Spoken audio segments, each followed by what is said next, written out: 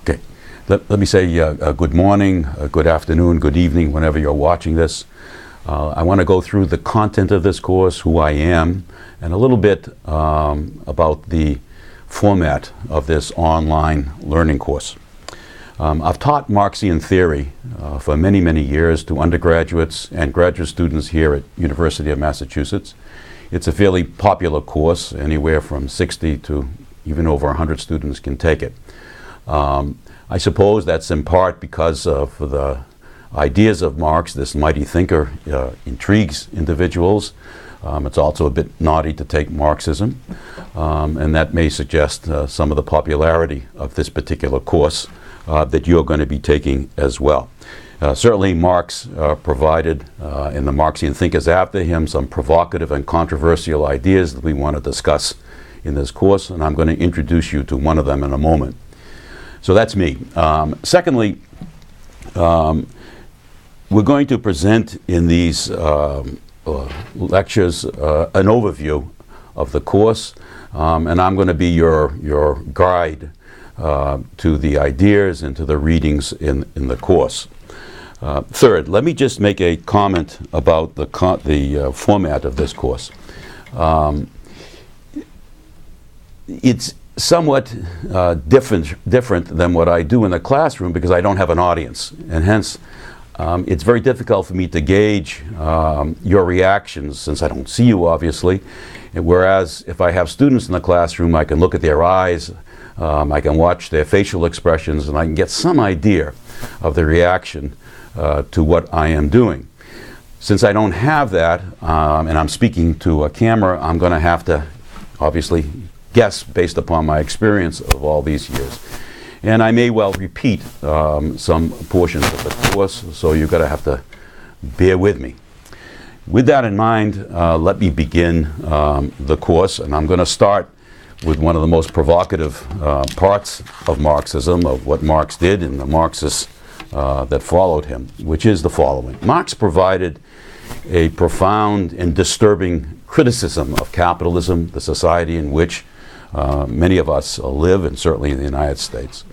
And it's a criticism that he developed that has so bothered and disturbed non-Marxists that often it gets suppressed. That is, this particular criticism generates a good deal of fear amongst individuals, and that's part of the reason why Marxism as a theory is often difficult to present and disseminate in society. So there seems to be a lot at stake with this particular critique that Marx presents of society, of capitalism. So we've got to examine then what is this idea, which forms one of the most important parts of this course that you're going to be taking and that Marx presents in his most famous book, Capital. The idea is, and it's an economic idea, the idea is that there is a part of society, an economic part of society, in which Marx claims, and let me just, there's a footnote there, it's important to understand that it's a claim by Marx. Marx claims that individuals in society, he will call them workers, produce an enormous amount of value. Let me take the United States. They produce $12 trillion of value every single year. So workers are producing $12 trillion of value, and they're getting paid back a smaller sum of value that they produce, let's say $6 trillion. So there's an excess of $6 trillion that the workers produce but don't get back in value. Just to help this, let me put this on this whiteboard behind me. So workers, let me write it out here. Workers are producing, let's say, $12 trillion in value, US dollars. That's what they produce. Let's call that, as a matter of fact, what they add in value. Again, in dollars. And workers are getting paid, the same workers, say $6 trillion in value. So this is the workers', let's say, wages.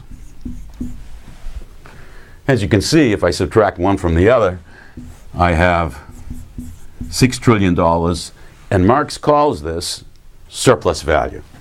So this is the surplus value that workers produce but don't get paid for.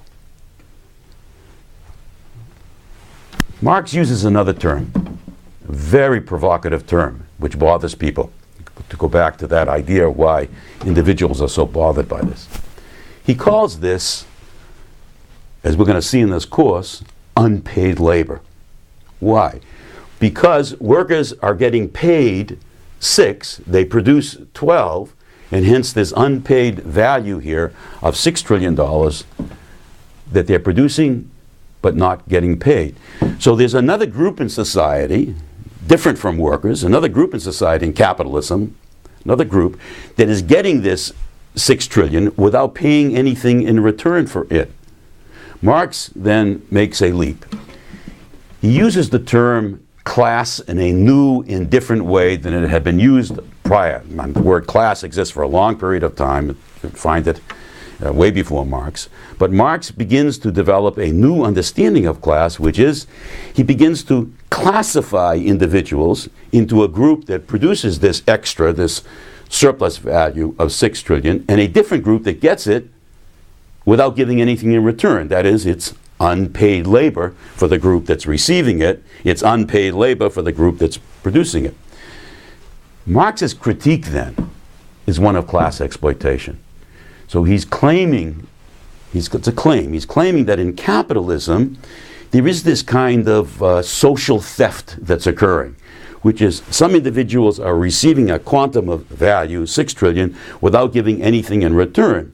It would be akin to something like the following.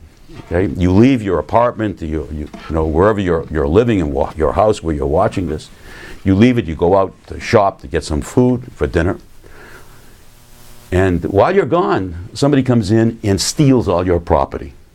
They rip you off. Okay? You come back, oh my goodness gracious, all my possessions, my property, my TV set, my radio, blah, blah, blah, it's all gone. That's what Marx is claiming that occurs every day of every week, of every month, of every year in capitalism. There's this kind of ripping off, social theft is occurring of people's value that they're producing because they're only getting paid, once again, a smaller portion of the value that they produce. That's what we're going to examine in this course. We're going to examine in exquisite detail of this kind of surplus value that they're producing. And we want to also then ask, if Marx is, it's an if now, if Marx is right, if this class exploitation, this kind of social theft occurs, then how come people don't rise up and get rid of it? I mean, the logic is, if the man was right, if it occurs, then why don't we eliminate this kind of theft? Since we have in society, capitalism, all kinds of laws and a culture which says, you know, the stealing is bad, then how on earth could this kind of trillion-dollar theft occur year after year after year without people rising up to eliminate it? That's a provocative question, and we're going to begin right there with the next lecture on this. So let me stop.